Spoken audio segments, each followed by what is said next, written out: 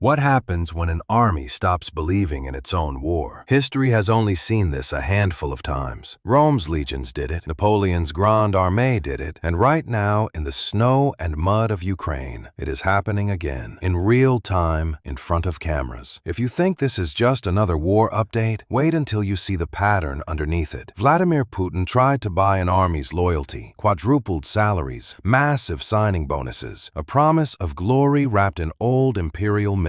The same myth the Tsars once used to send peasants to die in the snow. For a while, it worked, just like it worked for Napoleon in 1812. Men lined up, the machine moved forward. But history has a warning buried in it. Armies bought with money are the first to break when the money stops meaning anything. When Russia ran out of willing men, it did something armies have done since the Roman Empire's final centuries. It started importing soldiers from outside its own borders. Rome hired Goths.